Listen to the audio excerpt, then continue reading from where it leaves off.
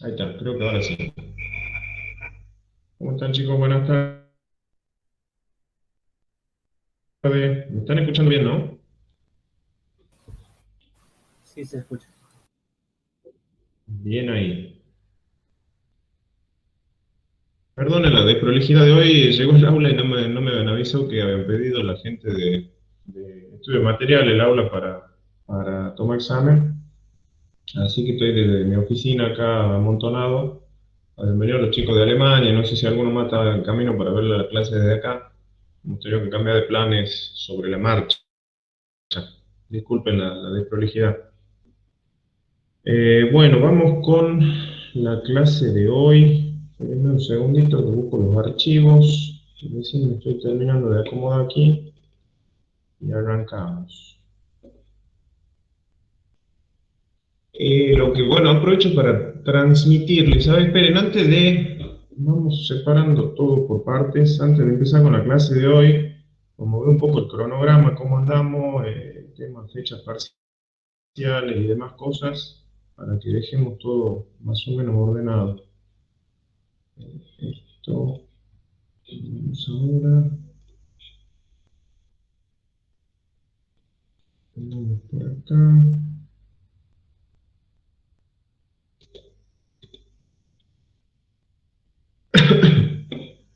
Esperen un segundito que busco todos los archivos y largamos.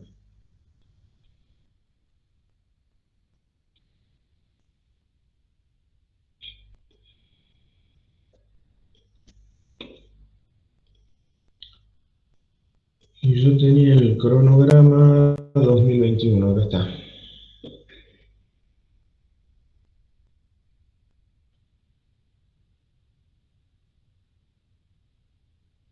Bueno, supuestamente teníamos que arrancar con explorando el siguiente kilo, o sea, temas, presentaciones de ustedes, de alumnos, que lo vamos a pasar para la semana que viene, que supuestamente era el parcial. La semana que viene tengo que confirmar ahí también una mesa especial. No sé cómo va a ser el tema de las clases. Si no hubiera limitación, seguiremos con clases. Si no, a veces piden que paremos la clase por las mesas especiales. Y me habían dicho que...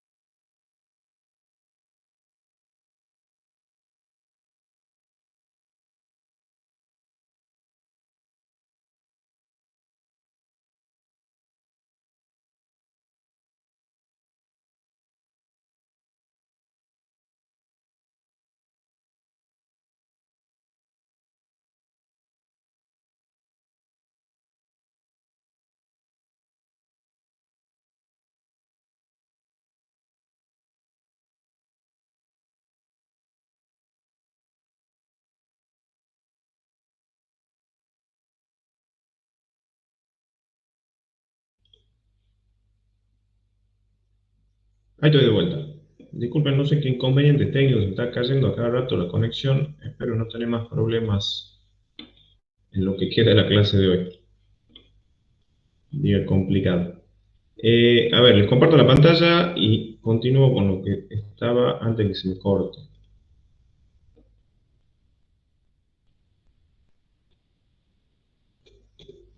Estaba viendo esto, nosotros teníamos previsto para esta semana arrancar con presentaciones de métodos directos directo, ensayo in situ y geotextiles. Esos temas, tal vez hoy al final de la clase o mañana, o ya lo veo si lo hago offline desde el Classroom, sería bueno buscar 4 grupos para que repartamos temas. Júntense, como hemos dicho, 2 grupos de práctica, júntense para presentar cada tema.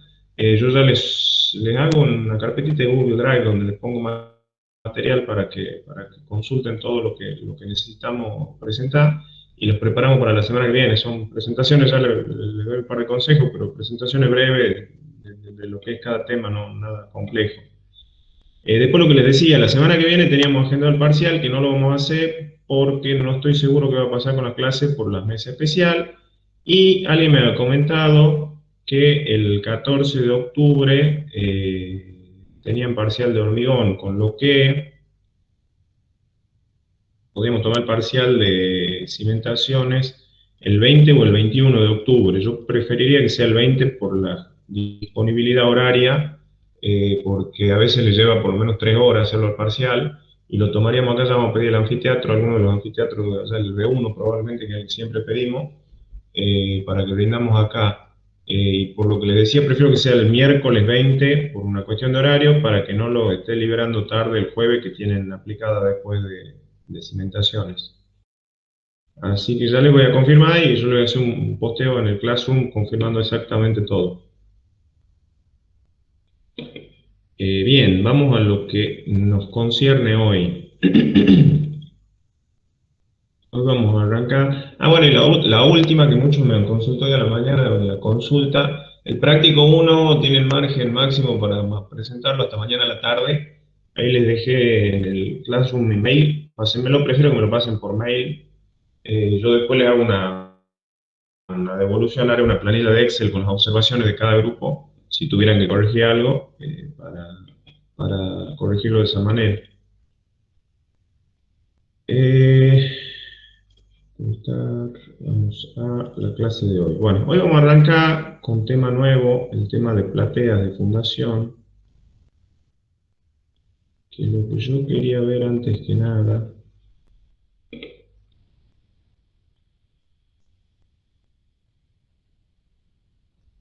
Ahí está. Bueno, arranca el tema de plateas de fundación, y yo antes que nada le quería hacer una breve reseña que el otro día contamos de visita de obra, por lo menos el grupo mío lo Ingeniero, con Sí. ¿podría grabar la clase antes de que... Ah, sí, dale, gracias por hacerme acordar. No,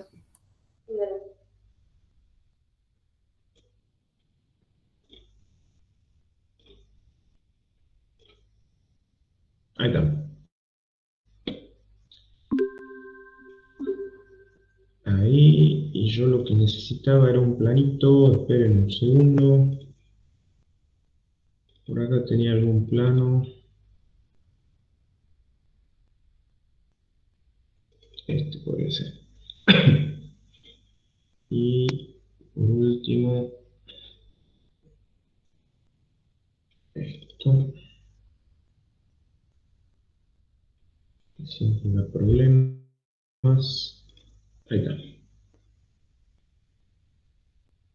No, más vale del ejemplo que tenía de bases aisladas para ver. Incluso yo el otro día lo que les decía, en la visita ahora surgió un tema lindo que es cómo han ido evolucionando las estructuras, o sea, las fundaciones de las estructuras, sobre todo aquí en Tucumán, les comento el medio local, con el paso de los años. Que es muy interesante si alguna vez le toca, que a mí sí me ha tocado hacer un mantenimiento de algún edificio viejo, estoy hablando de algún edificio que se haya hecho en la década del 50 o del 60. Por lo general en esa época eran edificios muy bajos, que no superaban los 4 o 5 pisos de altura, y hechos con bases aisladas, de la misma que han hecho ustedes en el práctico. Porque bueno, en esa época el reglamento no estaba muy desarrollado, no había toda la información que hay hoy, no había toda la tecnificación o el desarrollo que tienen hoy, que se está pudiendo llegar a cosas más audaces o más grandes. Las fundaciones han ido avanzando, los edificios, lo que les decía inicialmente, se hacían con base helada. Después lo que ha ido pasando a medida que han ido creciendo en altura, que es lo que muchos me comentaban, muchos charlábamos el otro día también en la visita a obra, cantidad de pisos que tenían las obras que me voy a visitar, que es bastante para lo que es el medio local, es muy audaz, los dos proyectos son muy audaces. ¿Y qué es lo que pasa? Que a medida que uno va creciendo en altura, la carga es mayor, por ende, la tensión de contacto entre la fundación y el suelo va a ir creciendo. Y va a llegar un punto en el que va a ser el límite de la tensión admisible que tiene el suelo en la cota de fundación que estamos trabajando. Entonces, si yo, imagínense este ejemplo que tengo en pantalla de la vivienda, que yo le empiezo a agregar piso, la vivienda está planta baja y planta alta solamente. Si yo le empiezo a agregar piso, le agrego un segundo, un tercero, un cuarto piso, con el mismo planteo estructural, cada una de las bases se va a ir haciendo cada vez más grande.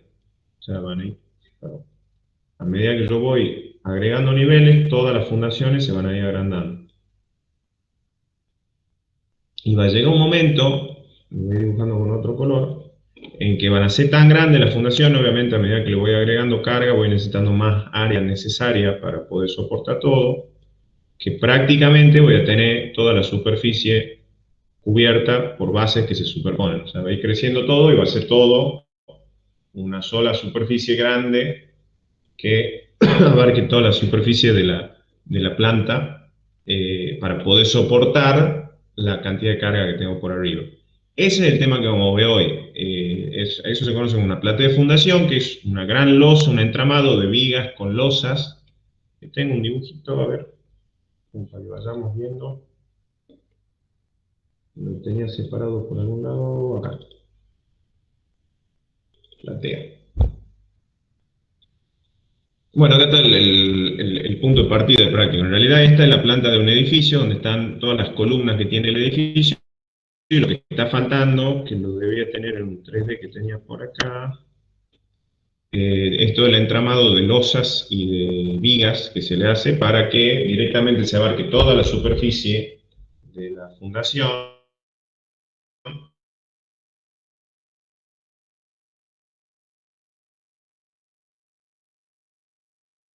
al máximo. Ingeniero, ¿Ingeniero? Sí.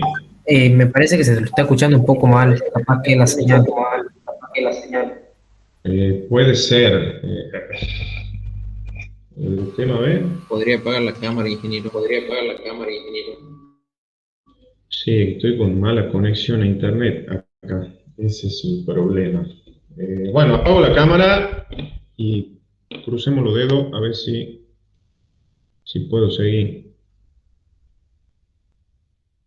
Probemos ahí. Igual, si sigue con problemas, me avisan. Intentemos. Ah, estoy justo en la oficina que no tengo buena conexión a internet. En primer día del aula hoy, literalmente.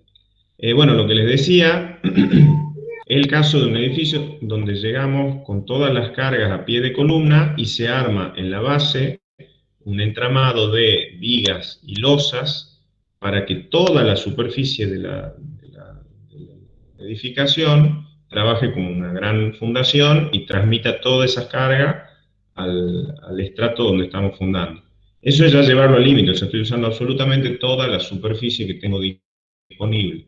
Y eso, volviendo a lo que les decía, cómo han ido evolucionando los edificios acá en Tucumán, lo van a ver a partir de la década del 70 más o menos, que se empiezan a hacer edificios ya con platea, que permite que se empiece a llegar a mayores alturas. En la década del 70 y el 80, los edificios ya son un poco más audaces, llegan a 8, 10, 11, 12 pisos, dependiendo del tipo de suelo y la zona de la ciudad en la que estén ubicados, y se avanzó un poco más. Posterior a eso, que ya después lo vamos a ir aprendiendo cuando veamos en profundidad el tema de pilotes, se empezó a hacer combinaciones de plateas con pilotes, con micropilotes, que los micropilotes son pilotes chiquitos de 30 o 40 centímetros de diámetro, y qué es lo que se... Vamos al Paint y hago un croquis. O qué es lo que se hace, porque es un sistema de fundación que todavía se utiliza. Imagínense que estamos viendo el edificio. O sea, este es mi edificio, este es el nivel de fundación. Acá yo voy a tener las columnas que llegan del edificio al suelo. Vamos a dibujar un par más, ¿no? Ahí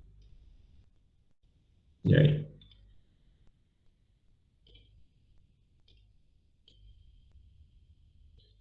Supongamos que el edificio tiene, este es el terreno natural y la cota de fundación puede estar a menos 4 metros, por dar un valor.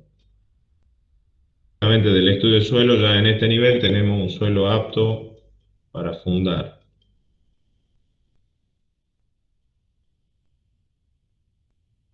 ¿Qué pasa? Yo en este nivel tengo una determinada capacidad portante, que es lo que yo les decía, con una platea normal, acá para las tensiones de Tucumán, que suelen ser entre 10 y 12 toneladas por metro cuadrado, se puede llegar a una determinada cantidad de pisos, que llegamos a 8, 10 pisos, 11, dependiendo de la zona en la que se emplaza. Entonces, para complementar eso, para poder lograr mayor capacidad portante, siempre se usa fundaciones combinadas, donde debajo de esta platea se hacían micropilotes, o sea, pilotes muy chiquititos y de poca profundidad, que son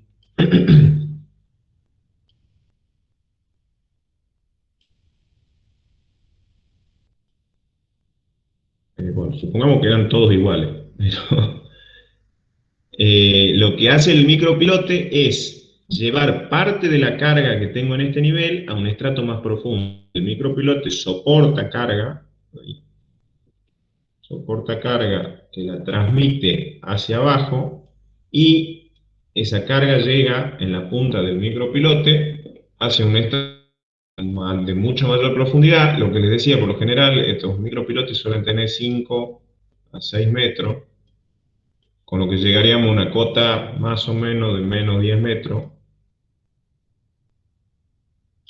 Y ahí logramos tener, obviamente, a medida que yo voy yéndome más abajo, por lo general, tengo mejores suelos más aptos para fundar. Entonces, parte de la carga total del edificio la estoy transmitiendo a un estrato más bajo. Entonces ahí tengo todas las resistencias de punta de estos micropilotes, que suelen ser muchísimos, o sea, cuando se hacen fundaciones mixtas con micropilotes se ponen 150 o más micropilotes. Entonces tengo toda esa resistencia sumada a la resistencia de la platea, y eso me permite llegar un poco más arriba también en niveles, con lo que se estaba llegando en los últimos años a edificios de 3 a 15 pisos. Y ahora lo que me ha sorprendido que hemos ido a ver otro día, que ya han hecho una combinación de platea con pilote profundo. O sea, ahí ya tenemos pilotes en una obra eran 60 centímetros de diámetro, otro 80 centímetros de diámetro, y tenían, si la memoria no me falla, en una tenían 14 metros y en la otra 17, creo, la cota de fundación. O sea, se ve que recién ahí tienen estratos de mayor resistencia, con lo que íbamos a menos 14. Y de esa forma logran aumentar más pisos al edificio, sumado a, no sé si lo habían escuchado hablar a los profesionales de la obra, que todos los elementos que se van a usar de divisorios en los edificios, tanto también los contrapisos, se va a llevar todo lo que sean elementos pesados del edificio, se va a llevar al límite, o sea, se van a hacer las divisiones con tabiquería liviana de yeso.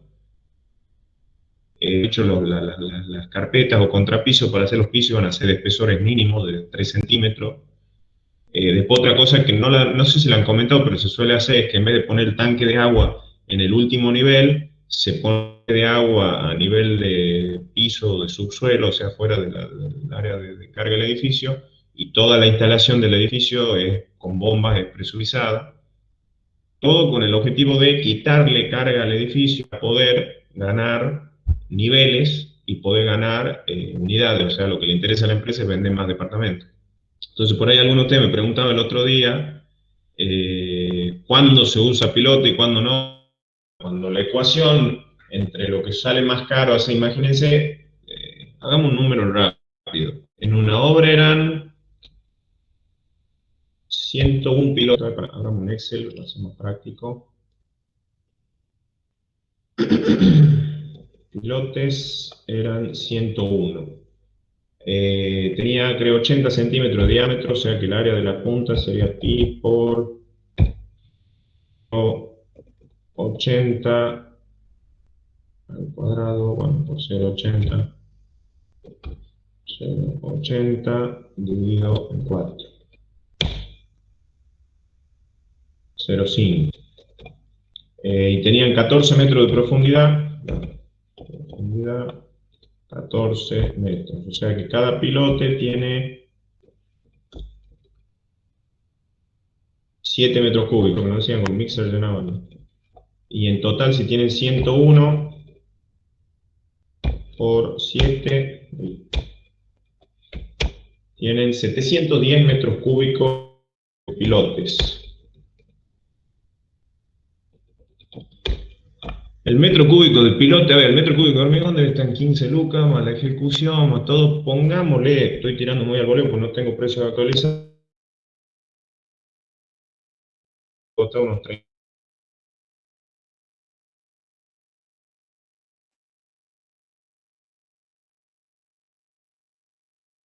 Hablando de 25 millones de pesos solo para los pilotos. Entonces ahí es donde está la ecuación costo-beneficio, donde la empresa dice, bueno, yo voy a gastar 25 millones de mangos en hacer los pilotos, o capaz que más incluso debe ser. ¿Cuánto me rinde en unidades para vender? O sea, ustedes saquen el precio, cuánto vale un monoambiente, cuánto vale un departamento de 2 dormitorios, cuántos departamentos más necesito para poder justificar el extra en una fundación. Entonces esa es la ecuación que muchos preguntaban, ¿por qué deciden hacer piloto? Bueno, es todo economía, todo plata.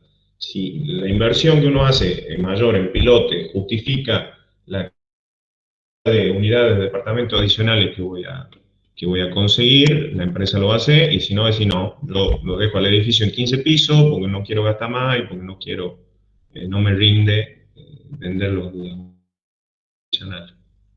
Un poco era eso, le quería comentar, termina con, me quedo con lo de la visita el otro día, para que más o menos vean las tipologías estructurales, cómo se pueden combinar, y ya le voy a hacer un par de comentarios cuando vayamos viendo la platea. Lo comento ahora, por lo general cuando se hacen esas fundaciones combinadas, se trata de ir distribuyendo los pilotes o los micropilotes en zonas de mucha rigidez de la platea.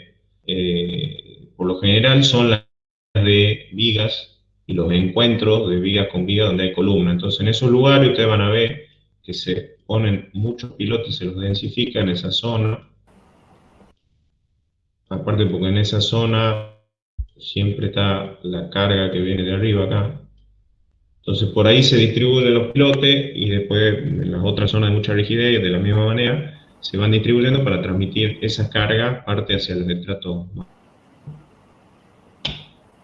Ingeniero. Bueno, veamos ahora lo que es solo la platea, sin piloto. ¿Ingeniero? Sí. Eso le había consultado yo al Sí, ingeniero dime. que estaba a cargo de la obra y explicaba que era para Sí. evitar el fenómeno de funcionamiento.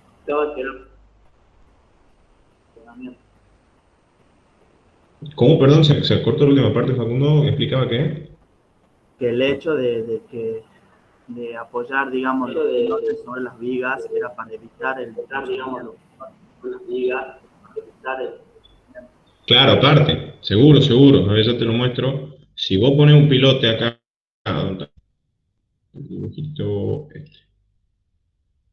Si vos pones un pilote acá en el medio de esta losa, o sea, esto es una losa de hormigón que está toda con tensión de contacto entre la losa y el suelo, ese pilote lo más probable es que te produzca toda una rotura por punzonado a la web y falle la losa. O sea, vos tendrías que dejar en cada pilote el refuerzo de armadura de punzonado o hacer una losa de muchísimo espesor que no tendría ningún sentido. Entonces se buscan los lugares de mayor rigidez, que son las vigas de la platea, para distribuirlo por ahí a los pilotes, y de paso, para que coincidan con lo que les decía recién, con las cargas en las columnas, donde está la mayor concentración de tensión, y ahora vamos a ver cuál es la realidad, porque hay cómo se distribuye la tensión en una platea, y cómo la vamos a analizar de cara al práctico que vamos a hacer ahora. Que partamos por ahí, era lo primero que quería que veamos, el enunciado del práctico. El enunciado del práctico es muy sencillo, o sea, nosotros tenemos una planta de arquitectura ya con, o sea, la planta de fundaciones prácticamente, o sea, esto va a venir, habitualmente hay un estudio que hace todo un planteo arquitectónico de un edificio, y ya casi en una obra de este tipo, sí es muy importante la continuidad en altura, no es como en una casa que yo les decía que se puede hacer un apoyo indirecto, y, a ver, esperen, intenta prender la cámara porque por ahí me apoyo. Ahí vamos, la banca la conexión, porque por ahí hago señas con la mano yo y me olvido que no la están viendo. Lo que les decía que en la por ahí se podía en pocos niveles hacer un apoyo indirecto con una columna y descargar sobre otras 2 o 3 columnas a través de una viga. Ya cuando están trabajando en muchos niveles, ya lo van a ver el año que viene cuando vean estructuras antisísmicas, es mucho más complejo hacer eso. O sea, yo no puedo una columna que lleva bajando desde el piso 10 hasta el piso 3, de repente cortarla y descargar en otras 2 columnas porque es una concentración de tensiones enorme y en caso de un movimiento sísmico eso es tremendamente complicado de resolver porque va a haber muchísimo esfuerzo en ese nudo y es difícil de resolver ya estructuralmente. Entonces, bueno, lo que les decía, esto, nosotros vamos a partir de, por acá tenía un planito de este tipo, donde ya se supone que está hecho todo el planteo arquitectónico que viene desde arriba. Siempre van a ver, en la mayoría de las tipologías de edificios, cosas similares a esta, o sea, van a tener 2 medianeras, por lo general todos los edificios son entre medianeras, salvo algunos que estén, por ejemplo, ahora en la zona de la avenida Perón, en Yerbabuena, que son edificios de perímetro libre, que ahí cambia un poco la cosa. Pero siempre tienen el tema de 2 medianeras que los limitan, que ahí está un poco el tema que algo hemos visto en obra, que ya lo vamos a ver en futuras clases, el tema de submuración, de protección a los vecinos, ya lo vamos a ver más adelante. Y un planteo de columnas o tabiques también, y siempre tienen en la zona central, por una cuestión también de una distribución con cierta simetría, tabiques de los núcleos de ascensores, que son los nudos, ya van a ver también, eso va muy vinculado a la cuestión sísmica. Cuando el año que viene vean estructura antisísmica, los núcleos de ascensores son elementos de mucha rigidez y que colaboran mucho a la respuesta antisísmica de un edificio. Entonces hay ciertas pautas, para distribuirlo, que en este práctico no nos interesa, simplemente saber que ya está hecho el planteo arquitectónico, todas las columnas, y nosotros directamente vamos a partir acá, con las cargas de columnas se deberá realizar el proyecto completo de la fundación. Nosotros vamos a partir como dato, lo tenía por acá, no, escritorio. Como dato, nosotros vamos a partir de la planilla donde ya está el análisis hecho. Fíjense, esta planillita va a tener todos para cada platea que les toque a cada grupo, donde van a tener 2 estados de carga de la misma manera que hacía, o sea, ya van a tener el análisis de carga hecho de la misma manera que hicimos el trabajo práctico anterior. Vamos a tener un estado de carga de peso propio y otro sobrecarga, o sea, T y L. Y van a tener la columna que les interesa, o sea, todo esto son cargas a pie de columna, o sea, ya han hecho todo el análisis de carga y ya tenemos la carga abajo.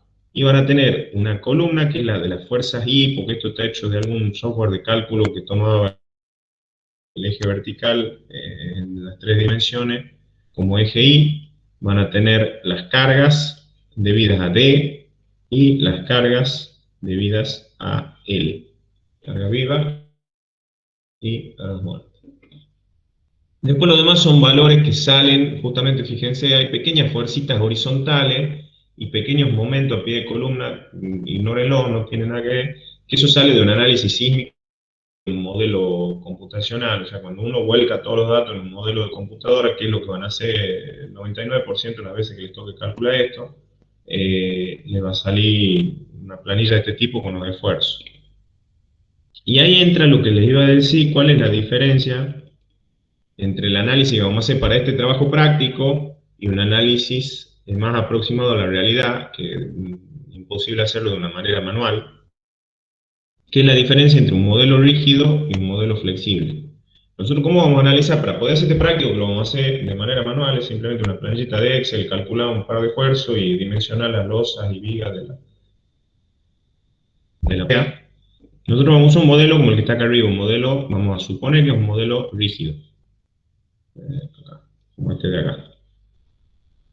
O sea, al ser un elemento rígido,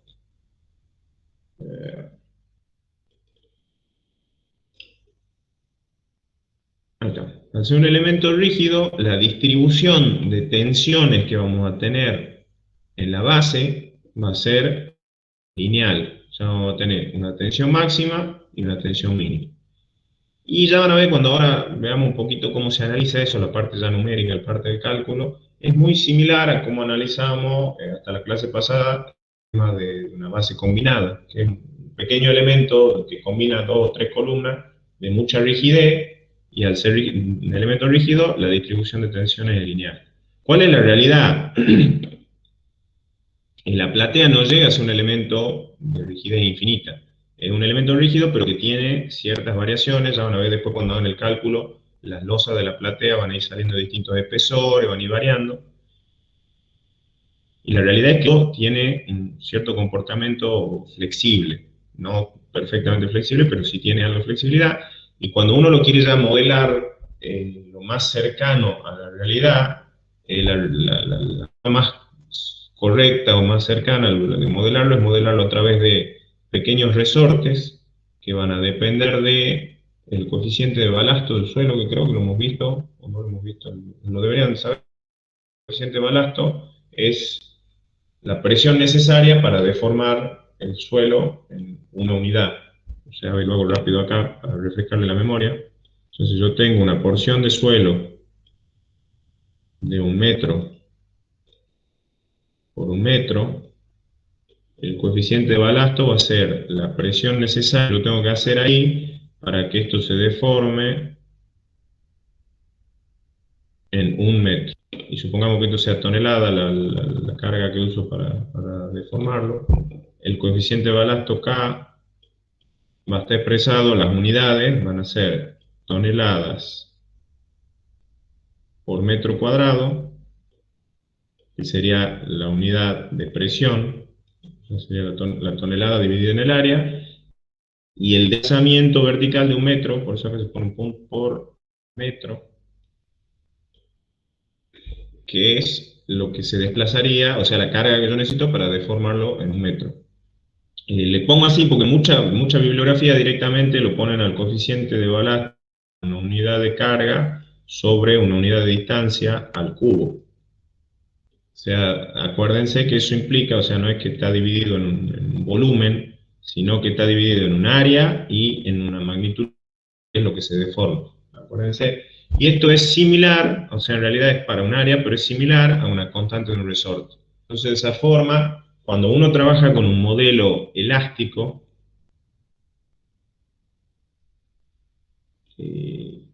o flexible, va poniendo pequeños resortecitos, y esos resortecitos que tienen una constante del resorte que es al balasto del suelo, entonces responde de la misma manera que lo haría el suelo, tenemos un modelo muy cercano a lo que va a ser, cómo realmente se va a comportar. El tema es que eso, resolverlo manualmente es imposible. Eso ya, la única forma de resolverlo es volcando todos los datos en un modelo de computadora y aprieto un botón y que la computadora resuelva todo. ¿Qué es lo que van a hacer? Lo que les digo, lo que van a hacer el día de mañana, y cómo van a resolver el 99% de sus trabajos. Pero para que más o menos entendamos y nos manejemos cómo funciona eso, vamos a hacer, aunque sea una vez, el trabajo práctico trabajándolo como si fuera un elemento rígido, la platea, y como si la tensión de contacto en la base fuera lineal. Y de esa forma lo vamos a poder resolver bastante simple, de manera manual, y los resultados no van a diferir tantísimo de un método computacional, y les va a ser un poco para entrar en contacto, para lo que les digo siempre, o sea, no se confíen de cuando aprietan el botón y la computadora les vomita todos los resultados sin antes haber, aunque sea una vez, hecho un cálculo manual para saber de qué magnitud estamos hablando, de qué sección de barra estamos hablando, de qué esfuerzo estamos hablando, porque por ahí pasan cosas raras que les salen, no sé, barras muchísimas barras, salen 100 barras de 25, y uno no sabe qué es, entonces no siempre es fiable de decir, bueno, aprieto el botón de la computadora y que salga lo que salga, porque la computadora, lo que les decía de alguna vez en una clase, va a responder de acuerdo al modelo que ustedes hagan. Si ustedes lo han hecho bien al modelo y el modelo se adecua a la realidad, los resultados van a ser buenos. Pero si ustedes por alguna cosa no han modelado bien, o los resortes estos que les digo que son que modelarían el suelo, el coeficiente balasto, no lo han puesto a la distancia adecuada, o el valor que han introducido el coeficiente balasto no está correcto, o alguna cosa, la computadora igual lo va a calcular con todos los parámetros que ustedes le han puesto y va a dar resultados erróneos. Entonces, bueno, no es práctico, aunque sea una vez, que lo hagamos de manera manual, veamos cómo se comporta eso. Bien, ahora, ¿cómo trabajaríamos con el trabajo práctico? Para eso tenía este dibujito. Porque tengo un grave problema, que mi mouse no le anda el botón central. ¿Cómo se hace para rotar la vista? No, anterior, esperen un segundito.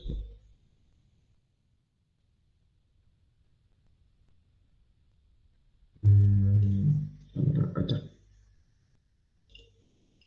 Ahí está, listo. Ahora sí.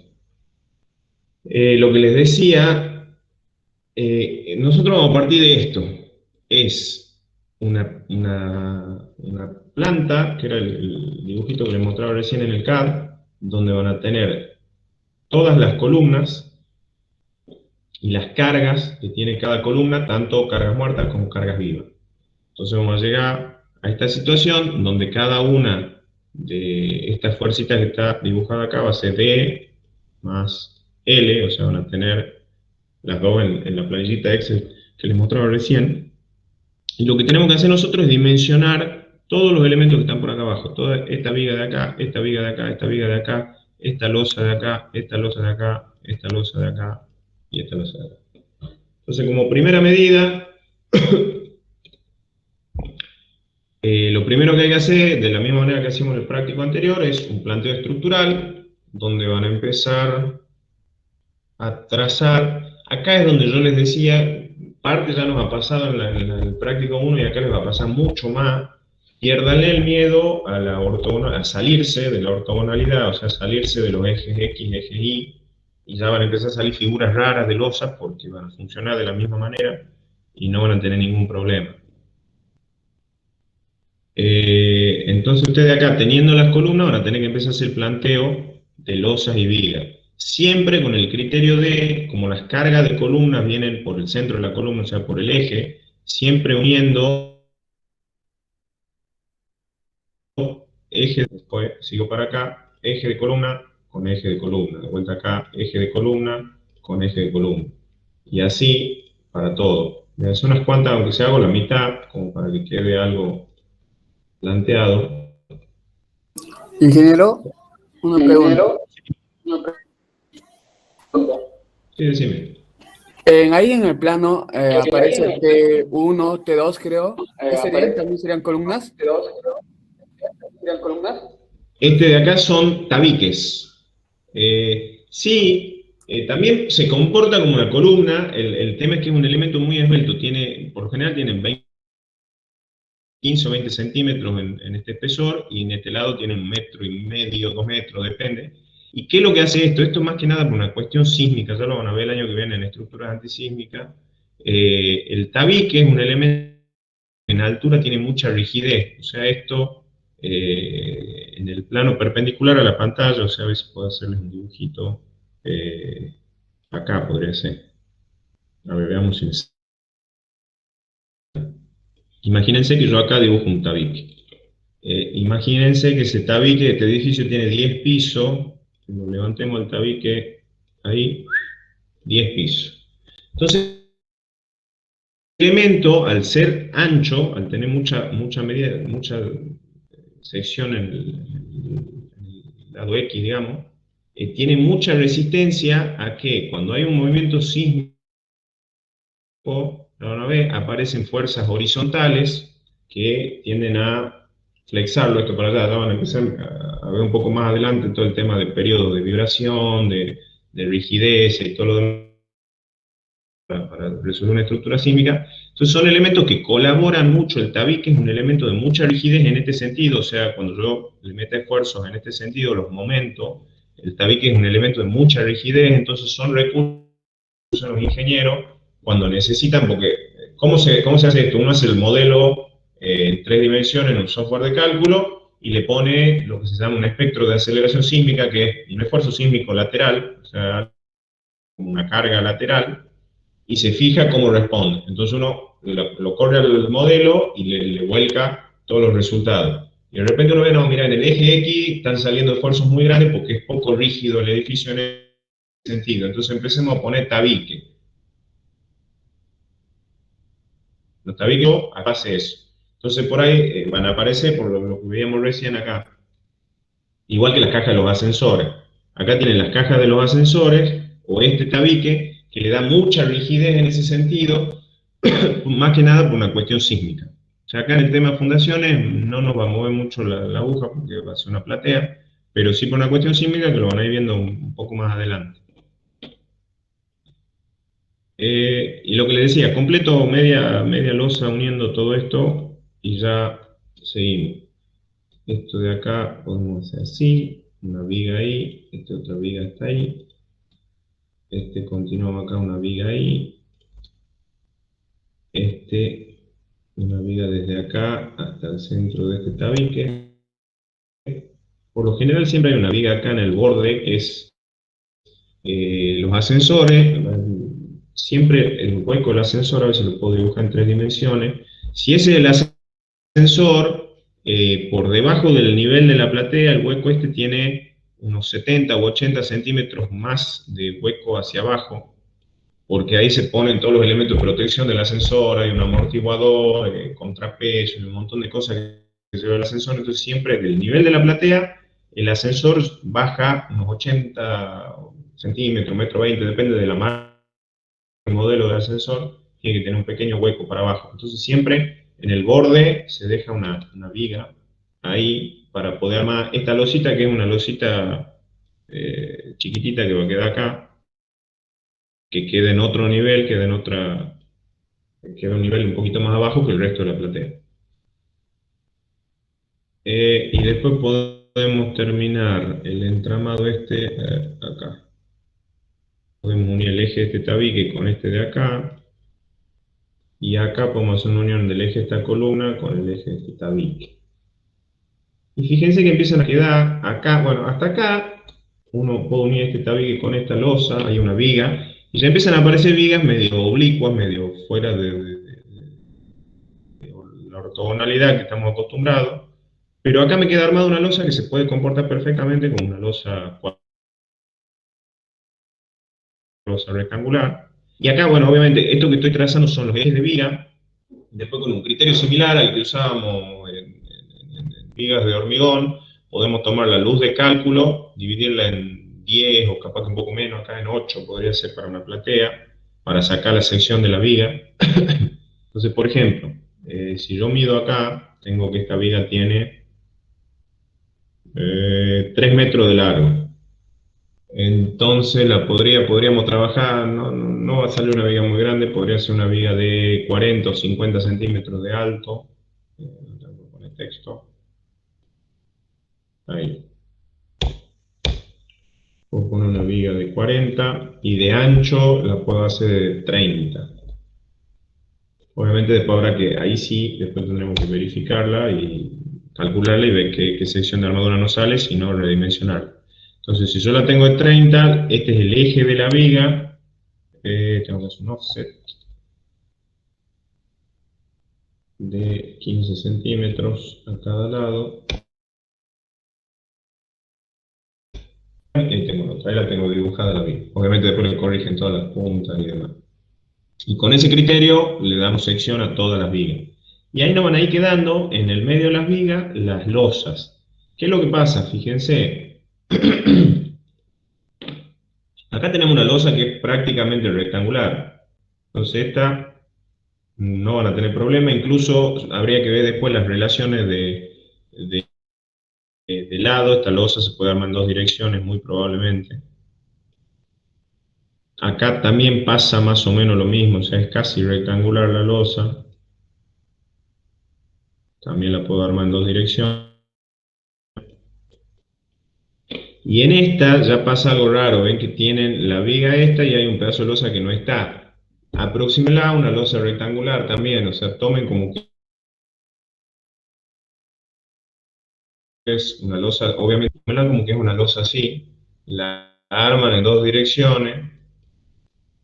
Y la única salvedad es que cuando la vayan a armar, ustedes van a disponer la armadura de esta losa solamente hasta esta viga que está acá. O sea, van a ir poniendo toda la armadura acá, así, hasta ese borde. Porque de esta viga para allá ya sería la armadura de la otra losa que sigue acá. y en este sentido también tendrían toda la armadura de este tipo. O sea, ahí y siempre la limitante va a ser la línea de la viga. De la línea de la viga para acá, ya van a tener la armadura de esta losa que está acá, vamos a dibujar con amarillo, esta otra losa que puede quedar acá y de mitad a mitad ahí. Y de la línea de la viga para este lado la dibujo en verde, tendrían la armadura de la losa de al lado. Que como son luces distintas, muy probablemente sean. Como espesores de losa, eso también les digo como recomendación, para todas las losas un espesor mínimo 30 o 40 centímetros, por ahí 35, pueden tomar como mínimo. Y se llegan a hacer, hay calculistas que prefieren irse a espesores muy altos, incluso, vamos a hacer un dibujito, un corte lateral, para que veamos qué es lo que está pasando ahí. Borrar. Nosotros vamos a tener un dibujito similar al que teníamos recién. Tenemos la platea por acá abajo y las columnas.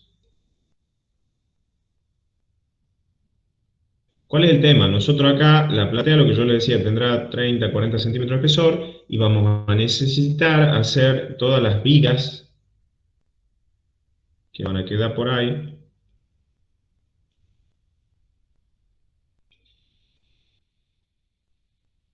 Y las dibujo por atrás. Que muy probablemente, por las luces y por los esfuerzos que trabajan, van a salir vigas más altas, van a salir de 50, 60 y hasta de 1 metro de espesor, de altura. 50, 100. O incluso más, luego hace viga de fundación de 1,60 m, ¿no? Para edificios grandes. ¿Cuál es el problema de eso?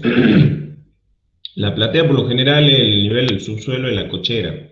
Entonces, si yo pongo un vehículo, lo trato de hacer circular por acá,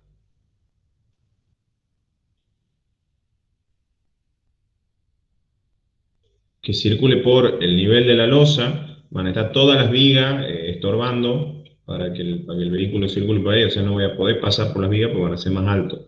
Por eso es que en este caso, de vuelta, acá piensen cómo trabaja esto.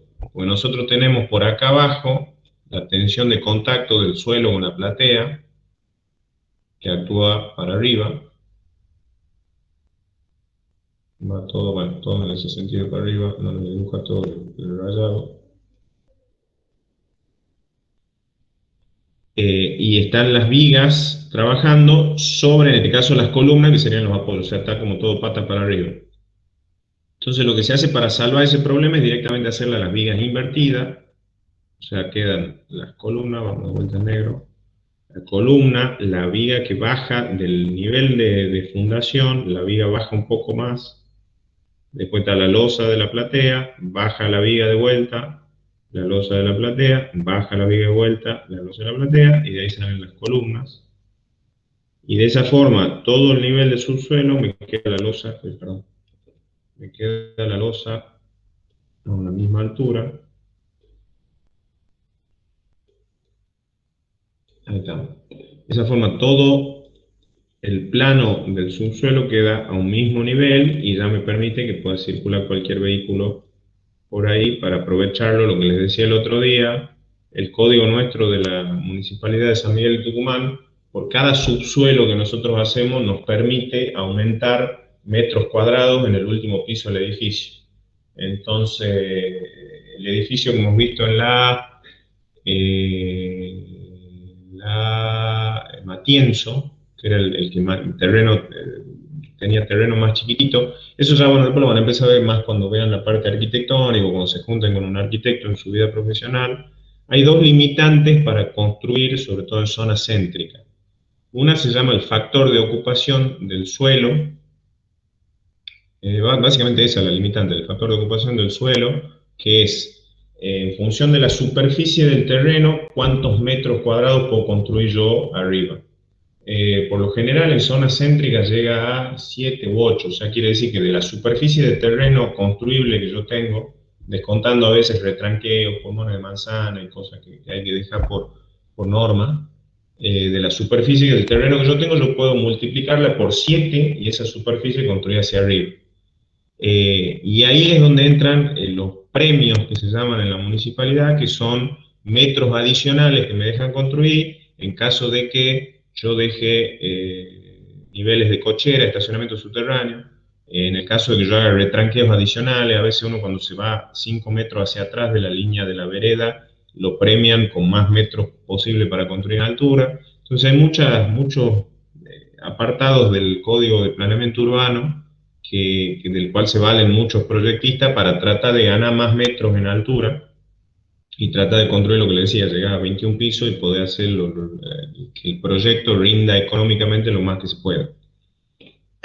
¿Y a qué iba esto? Bueno, era un poco por eso, porque el proyecto de la Matienzo, acuérdense que era un terrenito chiquito, o sea, entonces ahí la superficie edificable por el terreno era poca, porque es un terreno chico, entonces ¿qué han hecho? Ahí han puesto 2 subsuelos para ganar premios de metros posibles para construir en altura. A diferencia del otro terreno, en Amador Lucero, que era un terreno grande, entonces el terreno de por sí tiene mucha posibilidad de construir en altura, y ahí tenía solamente un subsuelo, pero no les hacía falta ganar un segundo subsuelo para ganar metros en altura. Bueno, volvamos a lo que es el planteo estructural de la platea. Yo estaba por acá.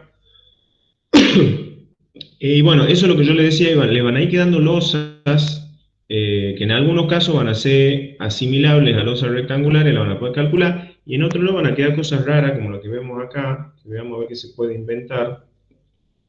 Van a ir quedando, si yo sigo armando acá el entramado de vigas hasta acá, esta la uno con esta vamos para acá, esta vamos para acá, y acá me queda algo raro, que se puede resolver uniendo esto acá. Yo obviamente voy a hacer una propuesta, y hay miles, o sea, esto no es una única propuesta, que se puede poner una viga aquí. De esa forma yo genero una losa acá, que tal vez se pueda armar en 2 direcciones, o tal vez por la relación de lado solamente se puede armar en el sentido Y. 2 losas chiquititas que son las que van por debajo en los ascensores, que esas van en otro nivel, por 4, o sea, unidas por los tabiques de los bordes. Y acá probablemente se pueda hacer a nivel fundaciones o una viga tipo un apoyo indirecto acá, o sea, cerrarlo esto ahí, y que me quede una losa cuadrada acá, fácil de resolver en 2 direcciones, y una losa en una sola dirección, o sea, yo la haría ahí y ahí, y queda una sola losa larga. Esta no va a ser en 2 direcciones porque por la relación de lado no creo que dé. Y bueno, y acá arriba me quedan 2 losas que probablemente sean en 2 direcciones. Entonces van a ir viendo que, de acuerdo, porque esta distribución de columna viene del planteo que han hecho para los departamentos de arriba, que lo van arrastrando hacia abajo. Entonces van a quedar figuras o planteos estructurales de losa en la platea, que van a ser bastante raros, bastante atípicos, no va a ser nada sencillo, o sea, a la vista no es sencillo, pero es lo que yo les digo, o sea, esto, cuando son así trapecios, hay que aproximarlo de una forma rectangular y calcularlo como si fuera una losa rectangular de esa manera. Entonces, bueno, eso cuando vayan haciendo el práctico, van a ir, lo vamos a ver en consulta, le van a ir surgiendo dudas y lo vamos a ir resolviendo. Eso en cuanto al planteo estructural, es básicamente armar el... Está conectando... ¿dónde lo tengo acá? Eso en cuanto al entramado de vigas, una vez que lo tienen, y las losas, bueno, son las que quedan dentro del entramado de vigas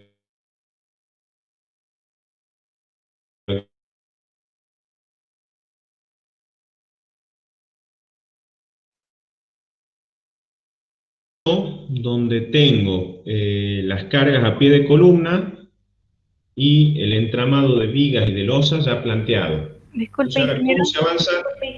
Sí. ¿Puedes repetir la última parte que como que se trabó el audio? ¿Desde dónde? Usted estaba diciendo que había que aproximar trapecios a rectángulos para ver si era armada en una dirección o dos direcciones las losas. Déjame que vea a ver si moviendo un poco la notebook, agarro mejor la conexión de Wi-Fi. Ahí intentaré.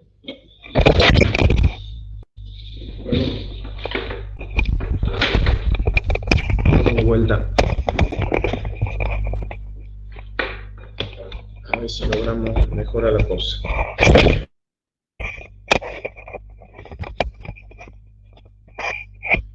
Ahí. Punto de señal acá. Bueno, voy a apagar un rato la cámara. Igual siguen viendo mi pantalla. Lo que yo les decía, ¿dónde estaba? Acá. Que creo que era lo último que había dicho. Que bueno, que les van a quedar figuras atípicas una vez que hagan todo el planteo de vigas y de losas. Y ustedes lo que tienen que hacer es aproximarla a figuras rectángulos ortogonales que se puedan calcular y después la armadura llega hasta el borde, hasta el elemento que divide una losa de la otra. Una vez que tenemos acá el planteo hecho, o sea, todo el entramado de vigas, losas y las cargas a pie de columna, empezamos a hacer el análisis propiamente de cómo dimensionaríamos esto. ¿Y cómo lo van analizándolo de vuelta, como yo les decía, poniéndolo patas para arriba como si fuera una losa así? O sea que las columnas en realidad van a ser los apoyos de todo mi sistema y lo que va a ser mi carga va a ser la tensión de contacto entre la platea y el suelo. Ahora lo vamos a ver cómo lo vamos a analizar. Creo que acá en 3D va a ser más fácil.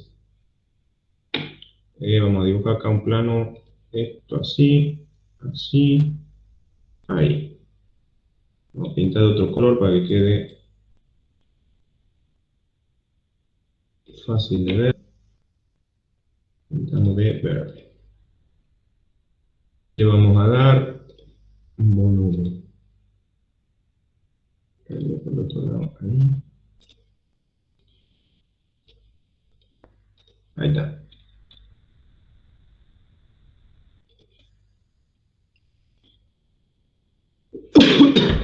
Imagínense que esto que yo dibujo acá es la tensión de contacto entre la platea y el suelo. En este caso yo dibujo una torre que no es real, ya vamos a ver cuál es la real, pero partamos de ahí. Entonces, ¿cómo obtengo esa tensión de contacto? Yo voy a sacar una resultante general de carga, que voy a ver si puedo copiar esta. Aquí una resultante general, ahí, lo ponemos acá. Supongamos que pasa por ahí la resultante. Le demos tamaños acordes. Ahí está. Ahí y ahí. Imagínense que esa es la resultante de carga de todas las fuerzas chiquititas que tengo yo ahí. Obviamente que la vamos a tener que discriminar para poder hacer el análisis en la resultante de cargas muertas y por otro lado la resultante de cargas vivas. Pero todas deberían ser, o sea, debería ser similar el punto de acción de las dos, ya que toda la distribución en altura es proporcional a lo que es carga muerta y carga viva. Entonces, esta resultante de carga que yo tengo acá, dividida en todo el área que yo tenga de la platea, me va a dar una tensión de contacto que es la que está acá en verde. Como esa, yo acá le dibujo bastante centrada. Fíjense cómo está, hay mucha más carga de este lado que de este. Supongamos que sea así y que la resultante de carga me dé más para este lado, o sea que no esté perfectamente en el centro de la platea o en el baricentro de la platea, esté desplazada hacia acá. Entonces, ¿ahí qué va a pasar? Yo la resultante de tensiones de contacto va a estar compuesta por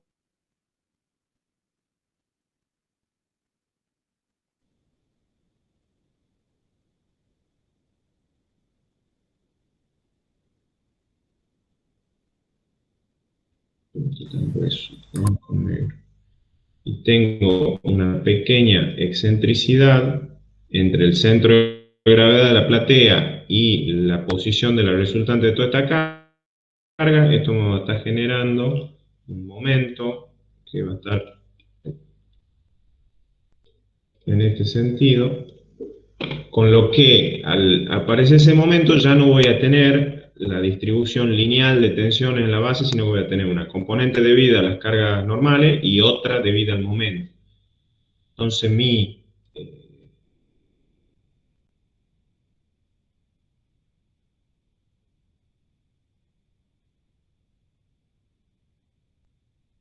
tensión de contacto,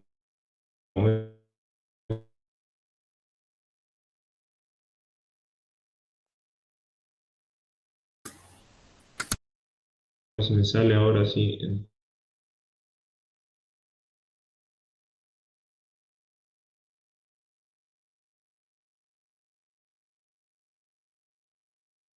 Ingeniero, disculpe, se está entrecortando mucho.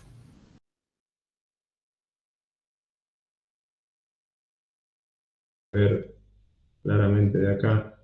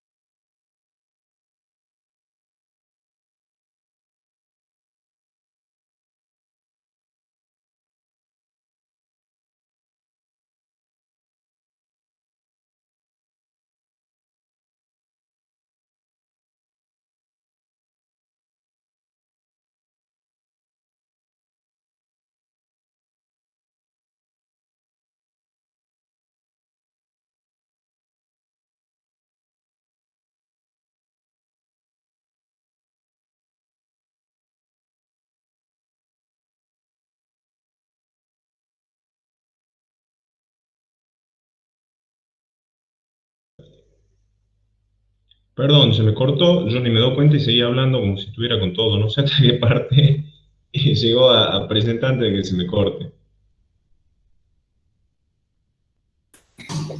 Estaba hablando, ingeniero, de cuando coincidía el centro de gravedad de la platea con la ubicación del resultante. Uy, me perdí un montón, o sea que hace como 10 minutos que me quedó solo. Sí, Yo ni cuenta me dio, se ha cortado, no me sonó nada acá y siguió hablando como si nada. A ver, pará. Ya voy a lo que creo, donde creo que estaba. Esperen que les comparto la pantalla.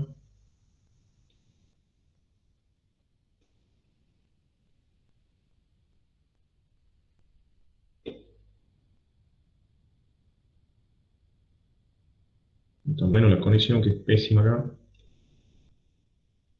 Ya ve, Gabriel, de vuelta, corregime si era. Estábamos con el dibujito este. Que.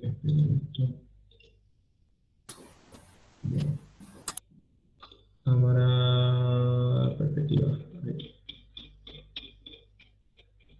Ahí está. Estábamos con el dibujito este. Y no sé si llegó a explicarle lo de cuando tenemos, bueno, acá la excentricidad, que teníamos ahí una excentricidad. sí, se señalaba el momento. Exactamente, y por eso me aparecía esta variación de tensiones acá en la base. Tenía una tensión máxima, tensión mínima, y eso era un sólido de tensiones que se distribuía en toda la base de acuerdo a lo que me caiga de desviado la resultante respecto al centro de gravedad de la platea. Y en base a eso, lo que íbamos a hacer, que no sé si lo llegó a ver, era imaginarnos como que todo está pata para arriba y usar la tensión de contacto del suelo con la base como carga para cada una de las losas. ¿Eso lo llegó a ver o ya se le cortó ahí? No, no llegamos a ver eso. Entonces me falta un montón, hablo un montón de tiempo solo. Bueno, sigamos. Lo que les decía entonces, bueno, yo una vez que tengo determinada el sólido de tensión, o sea que eso es muy fácil, es sacando tanto la excentricidad en X, o sea, yo acá voy a tener, a ver con otro color, respecto del centro de gravedad voy a tener una excentricidad en X, y en el otro sentido, bueno, no lo puedo dibujar acá, en el otro sentido también voy a tener una excentricidad en Y. Entonces, sabiendo esas dos, yo voy a poder sacar la tensión máxima en X, la tensión mínima en Y, en X, perdón, y en el otro sentido, perpendicular a la pantalla, también voy a poder sacar la máxima en X, en Y, y la mínima en Y, en los dos sentidos. Entonces me va a quedar una suerte de sólido de tensiones, que sería este dibujo verde que tengo acá arriba, que va a ser cómo se distribuyen las tensiones por debajo de la platea. Y lo que tengo que hacer yo es esa tensión de contacto que tengo, utilizarla como carga para las losas que tengo por debajo de la platea. O sea, yo, por ejemplo, esta losa que tengo acá, cargar con la tensión de contacto que queda en correspondencia con ese pedacito de losa que sería hasta por ahí y más o menos hasta por ahí. O sea, ese sólido de tensiones que me queda formado sería lo que está cargando esta losita que está acá. Después, el otro sólido que me queda acá en el medio sería el que está cargando la losa acá. Y este chiquitito sería el que está cargando la losa que está acá. Obviamente que hacer este análisis así, losa por losa, viendo cuánta tensión le corresponde a cada uno, un poco engorroso, un poco complicado hacerlo. Entonces a veces lo que le conviene es directo. ¿Sí? ¿Alguien preguntó algo?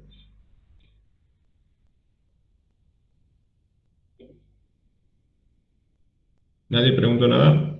Yo, ingeniero, tengo una pregunta. ¿Cómo se llega el sólido de tensión de sección trapecial? Es que, bueno, ahí ya vamos a llegar a la parte práctica, que era lo que quería llegar ahora. no hace falta que determines el sólido de tensiones, sino que analices las tensiones en X y en Y. Ya lo vamos a ver prácticamente cómo se resuelve. Déjeme que termine la idea. Y lo que les quería decir es que no es necesario que hagamos un análisis ya tan fino de losa por losa, sino que si la variación entre la tensión máxima y la mínima no es muy grande, directamente puedo usar la máxima para toda la platea, o dividirla en dos, decir, bueno, hasta esta losa de acá, tomo la tensión máxima, para todas las que están en este sector, y para estas que están por acá, tomo el valor de tensión que me quedaría acá, o sea, desde ahí hasta ahí, y lo hago uniforme.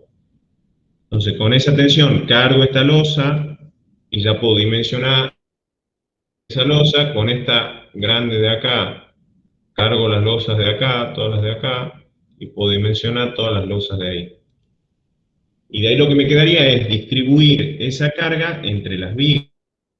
Vamos a ir distribuyendo, a ver, lo vemos en el otro dibujo. Pero eso no sería Sería por acá. una dirección.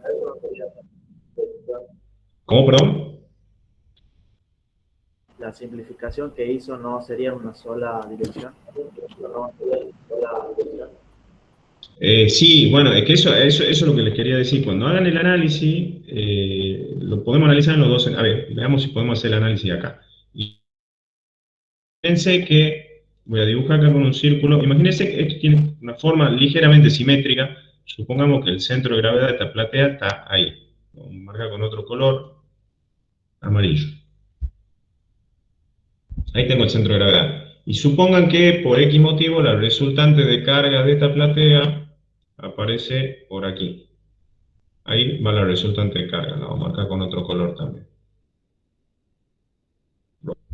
Entonces ahí ya están viendo, yo tengo acá, desde el centro de gravedad hasta ahí, tengo una excentricidad en X, y desde el centro de gravedad hasta ahí, también tengo una excentricidad en Y.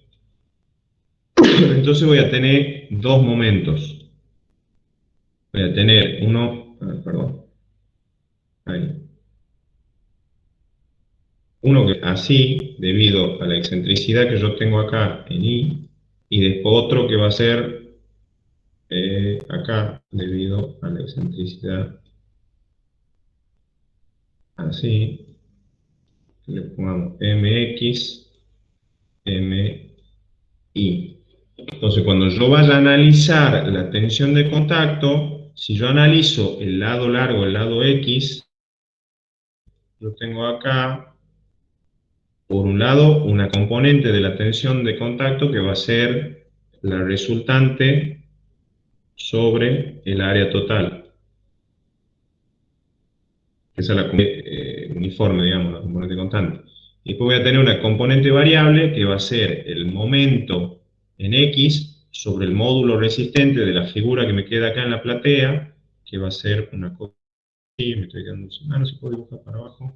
Sería, si está así, una cosa así, ahí, y cierro acá. Y que esta componente sería M dividido en W sub X. Y la resultante total en X va a ser la suma de estas dos. De la misma manera hago el análisis para el lado, porque es lo que me preguntaba recién, cómo determino ese sólido de tensión. Es muy complicado hacerlo en tres dimensiones. Entonces analícenlo por el eje X y por el eje Y.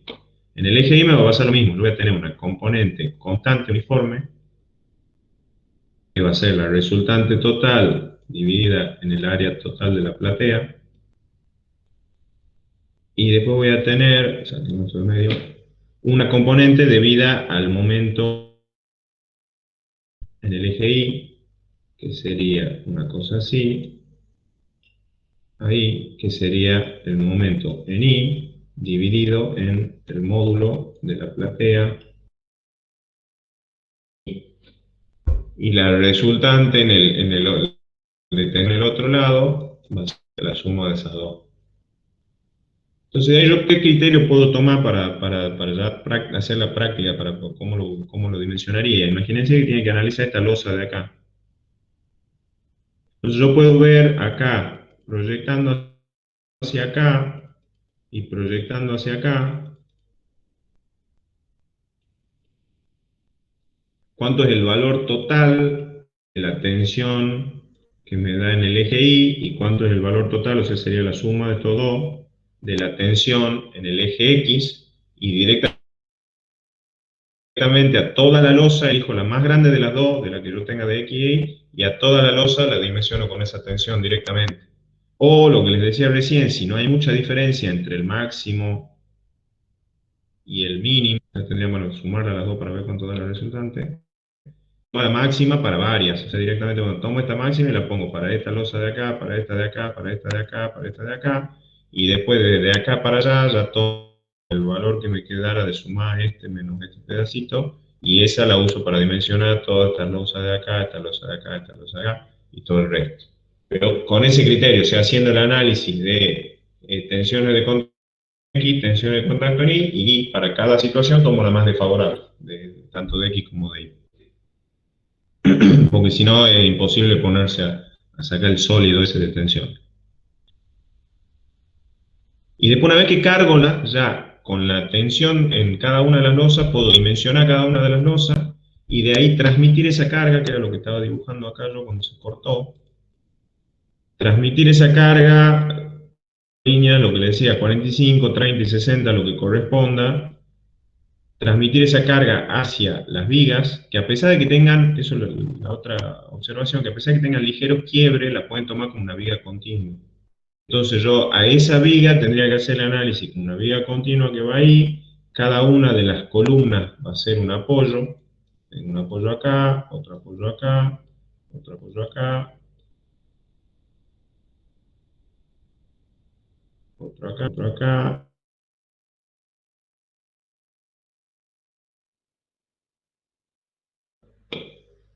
Y la carga sería el trapecio que se me va formando acá, de un lado de la viga y del otro lado de la viga, o sea, tendría que sumar las dos cargas, o sea, saco la carga total, la multiplico por el área para convertirla en una carga lineal sobre la viga, y esa carga lineal va a quedar con una forma trapecial, que va a ir cargando de esta forma las vigas, que si quieren ponerse del lado desfavorable y son magnitudes similares, directamente pueden tomar una carga uniforme que las envuelva todas y tomar eso como carga para simplificar un poco. Y ya directamente ese esquema estático de viga continua con la carga que tienen, lo calculan en cualquier software de cálculo tipo FTool, sacan los momentos, y ahí era una observación que les estaba haciendo también cuando se ha cortado. Ustedes van a calcular los momentos, supongamos que quedara algo así, así, así, y ahí termina en 0, con el criterio de que estamos trabajando de manera invertida. O sea que aquí, cuando ustedes hagan el análisis de momentos, ¿qué va a pasar? Imaginen que analizamos esta viga de acá. Entonces ahí lo que va a pasar es que, como la carga es la tensión de contacto del terreno, que creo que este dibujo no es el más feliz, porque esto, o sea, sí va a salir así, el diagrama de momento acá, pero lo que yo quería era que se vea al revés, así que vamos a dar vuelta ahí. Ahora sí. Como la carga de la losa, la carga que tengo sobre la losa y la que me carga las vigas, en realidad la tensión de contacto del terreno que viene en sentido inverso, no es una carga gravitatoria. Acá lo que va a pasar es que en las vigas los momentos van a aparecer patas para arriba también. O sea que el momento de esta viga probablemente salga acá para arriba, después el momento negativo se vaya para abajo, y después de vuelta suba, el momento se llega hasta arriba, y supongamos que terminara en 0 ahí, y esta es la viga. Entonces, cuando yo vaya a poner la armadura de cálculo que me salga del dimensionado, voy a tener que tener en cuenta y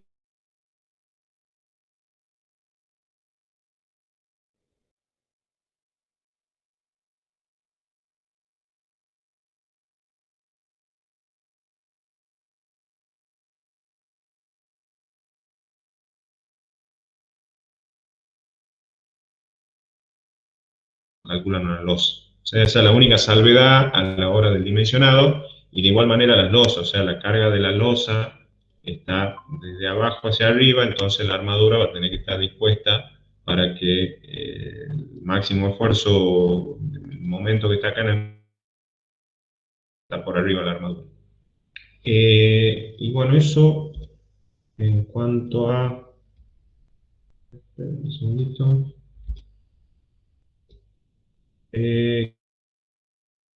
Estaba diciendo después aparte, bueno, eso en cuanto a lo que es el método rígido, o sea, lo que veíamos al principio es analizarlo de esta manera, como que es un elemento perfectamente rígido y que la tensión es lineal. Obviamente, eso quería mostrarle un esquema de cómo lo voy a trabajar el día de mañana, cuando ya trabajen todo el edificio completo en software de cálculo, ustedes directamente van a modelar, cuando me doy cuenta que estaba sin conexión, modelo, estructura, edificio. Ahí está. Ustedes el día de mañana cuando trabajen en el software de cálculo, a ver si alguno de estos me sirve, que se le vea la platea, acá.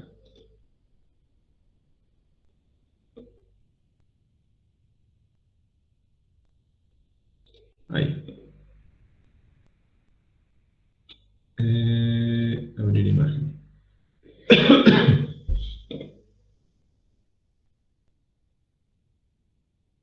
¿Dónde está la foto? Acá. El día de mañana, cuando ustedes modelen un edificio en un software de cálculo, ya lo modelan primero como líneas, marcando los ejes de cada elemento, y después se le da la sección a cada elemento. Va a quedar algo parecido a esto, donde ya va a aparecer toda la estructura. En esa estructura ustedes van a poder cargar tanto un espectro de aceleraciones, o sea, una respuesta, un modelo de cómo responde el edificio ante cargas laterales por sismo.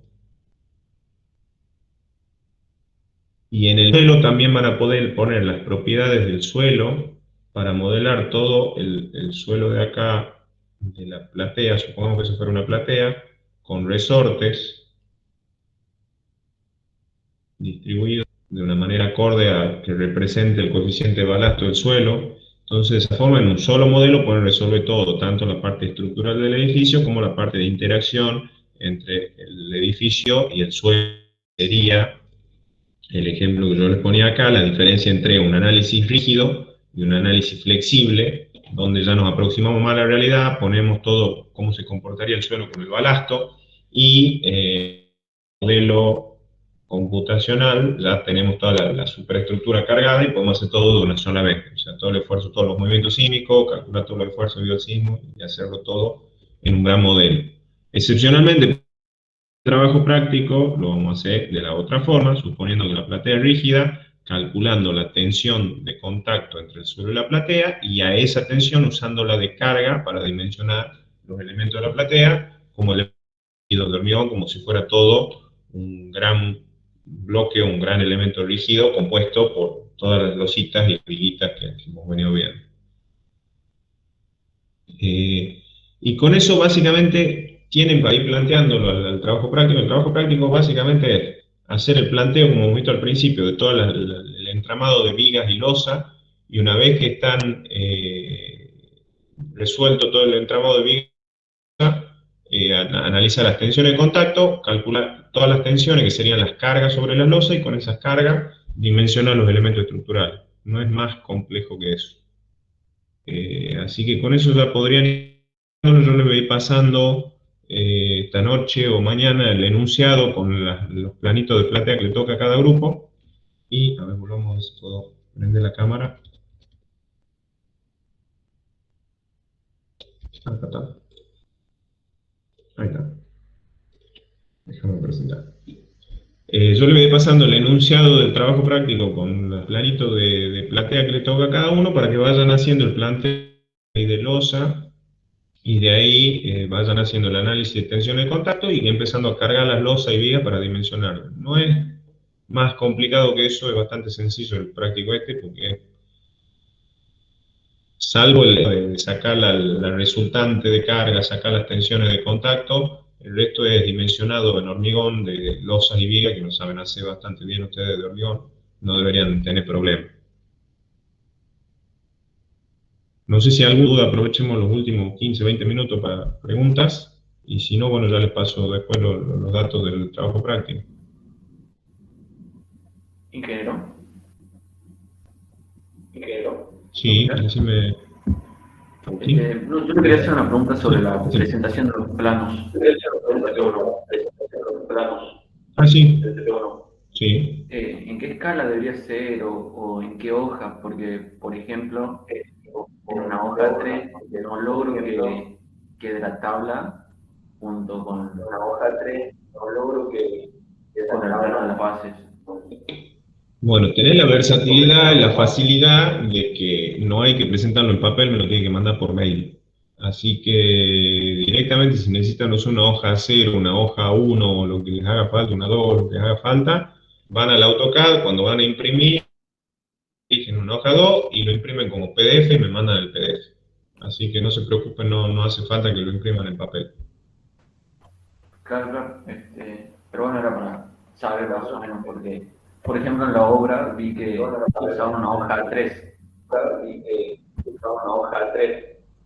Si lo pueden estandarizar y meter todo en hojas A3, perfecto. Realmente a veces es práctico cuando uno va a una obra, llevarse una carpeta A3 y tener todos los planos ahí, porque a veces pasa en una obra, uno cae con un plano así gigante que parece una sábana y es medio engorroso, medio trabajoso. Pero bueno, hay veces que no entra en una hoja 3, no da la escala, no da el tamaño y hay que hacer láminas más grandes. Bien, gracias. Ingeniero, le mandamos solamente el PDF. Si pueden convertir todo a PDF, o sea, todo lo que necesito, yo necesito que pasen todo el análisis de carga, las planillas con las que han hecho el cálculo, los planos, los detalles constructivos, todo lo que han resuelto.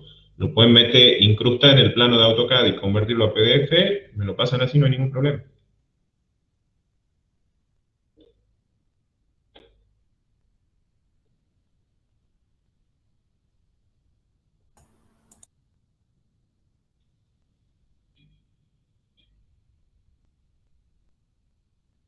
Bueno, no sé si tienen alguna duda respecto a lo que hemos visto hoy o respecto a cualquier otra cosa. Aprovechamos los últimos minutitos.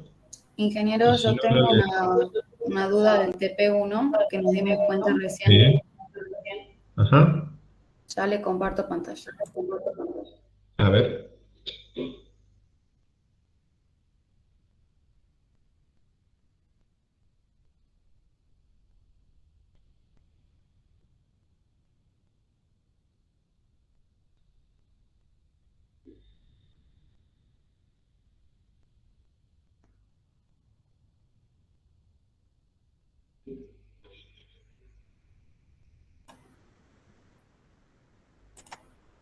Ahí la estamos viendo a vos.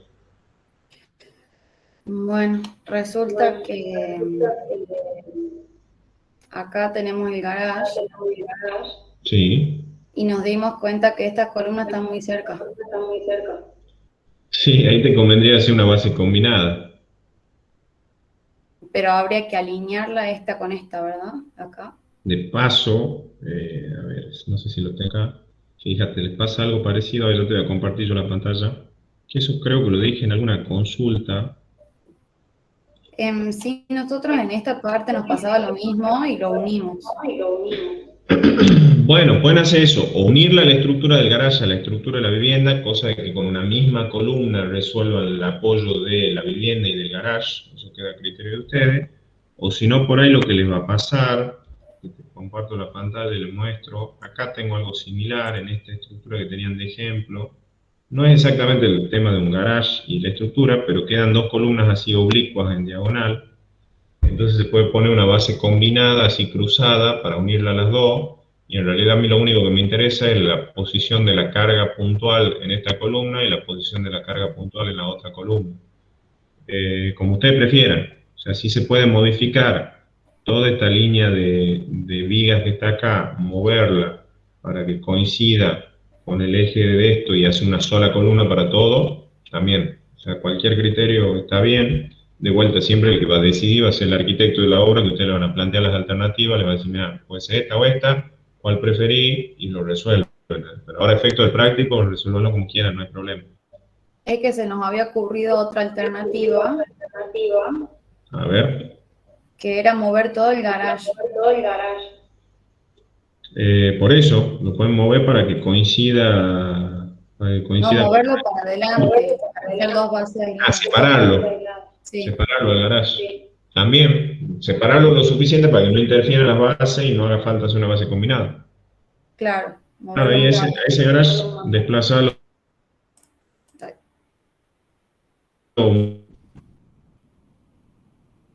Claro, ya toda la estructura del garage, correrla 80 centímetros, un metro hacia abajo. Exactamente. Sí, no sabíamos si estaba bien. De vuelta, eso te lo va a decir el que proyecte la obra.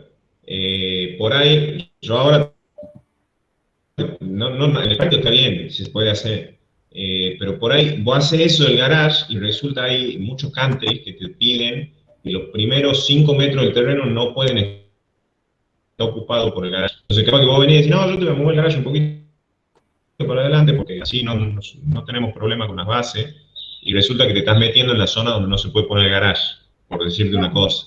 Obviamente, Entonces yo son decía cosas efecto que... del práctico. Sí, digo, quédate tranquila, el tema es que cuando tomen esas decisiones en su vida profesional, siempre vean cuáles son las consecuencias. Porque pasa, ustedes van a ver, en los countries se arman unos líos tremendos porque el dueño lo acorrió al garage porque vayas y ha metido el garage en la zona de adelante que no se puede construir. Los primeros 5 metros por lo general se dejan libres para jardín, y acaban metiendo el garage ahí y acaban con multa, con intimaciones del consorcio para que demuele el garage y se arman unos líos.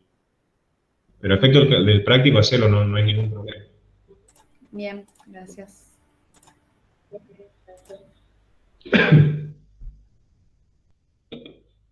Bueno, ¿alguna otra duda, chicos? Si no, cortemos hoy por acá. Yo les estaré subiendo ya los datos para que empecemos a trabajar con el práctico 2 a partir de mañana. En teoría, mañana termine con el práctico 1, arranquemos con el 2. Y ya les pongo novedades de cómo seguimos la semana que viene en cuanto a presentaciones de temas teóricos y fechas de parcial, que seguro van a ser para la otra semana, para la semana del 18, 19 de octubre. Muy bien, ingeniero, gracias. Buenísimo, ingeniero, gracias.